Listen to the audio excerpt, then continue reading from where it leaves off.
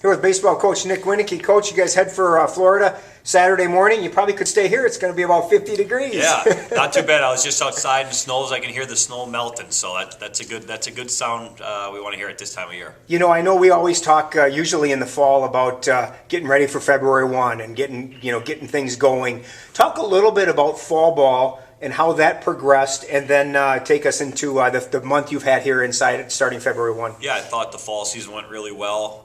We have a really good crew of guys. I think it starts number one with having good people in the program, and I think that's absolutely critical.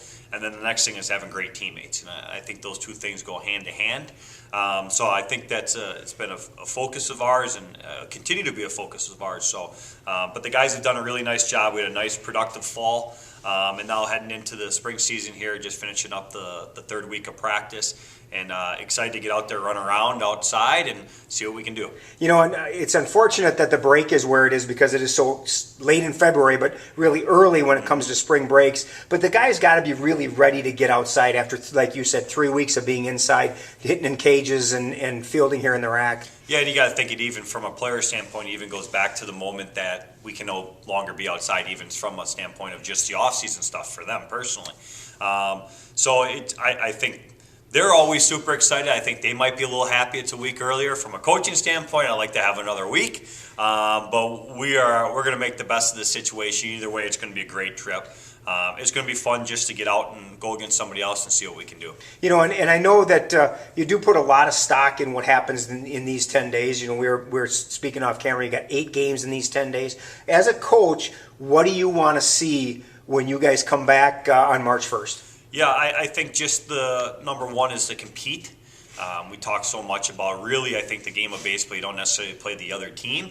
I think the team that makes the least amount of mistakes is usually the team that's going to win.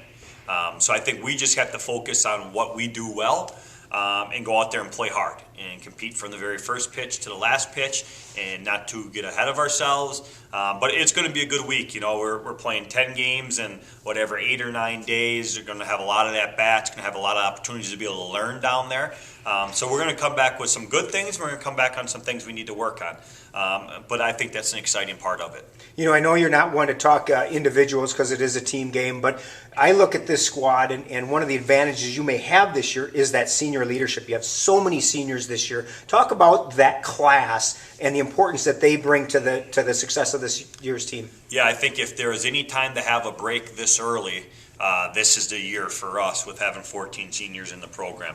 I just think the maturity that they have as a group, they're all very different, and they all bring something different to the table, and they all lead in different ways. So you have essentially 14 leaders that all lead a little differently, which is really, really nice to be able to have. And also just understanding how things work, I think is a critical piece. So we've been able to actually go a little bit faster here the first 2 weeks of practice, just because we are a little bit more veteran team. But I think we just got to continue to get going at it. And but I've been very happy with this class. I'm really excited for this class. But I'm excited for the whole group as well. So. And can you kind of break down and not getting too in depth, but if you look at your team, one, depth has got to be a super strength of yours. But talk a little bit in general where you feel you're strongest heading into your spring break. Yeah, we always talk about, I think, the aspects that always need to be there consistently is going to be your pitching and throwing strikes and making quality pitches, and then defensively.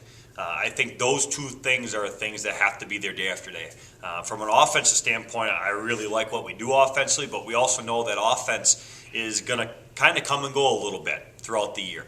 But pitching and defense has to be there every single day. So we're a firm believer. We built the program off of being able to throw strikes, quality pitches, and also being able to pick the ball and throw it across the diamond. But I think all three aspects is a strength, but depth will be very, very important for us. You know, you mentioned pitching, and I know you've got a stable full of quality pitchers. New pitching coach this year in TJ Oaks. What has he brought to this team in terms of getting them prepared for your trip? Yeah, I thought having the first year with TJ, and Pat was with us for 6 years prior. Pat did a great job. He's great with the guys.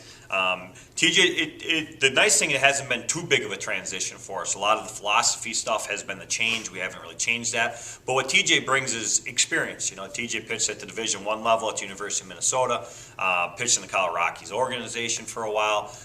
So he brings something that's just a little bit different. And Also with him, TJ has a wealth of knowledge. His brother's a D1 pitching coach. His father is in his 18th year at the University of Minnesota as a pitching coach.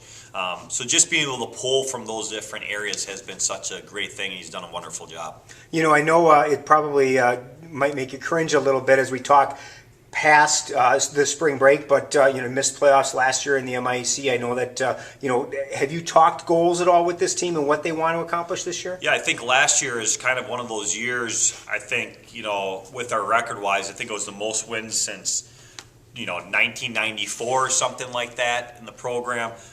So you look at it, we finished 24-12 or something along those lines. That's a really good year. If you ask us at the beginning of the year, would you like to finish 24-12? I think most people would say yes. But we had to learn some very valuable lessons.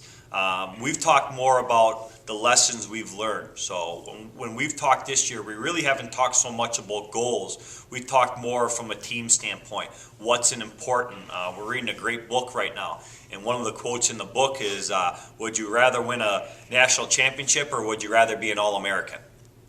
What one would we rather be? And I think we always talk so much about it. When you celebrate something, it's more fun to celebrate with a group compared to celebrating by yourself. So our focus has just been on team, understanding what we need to do collectively as a group. There's 53 people in the program, coaches, managers, and players. So we've kind of adapted the philosophy. It's 53 against 1.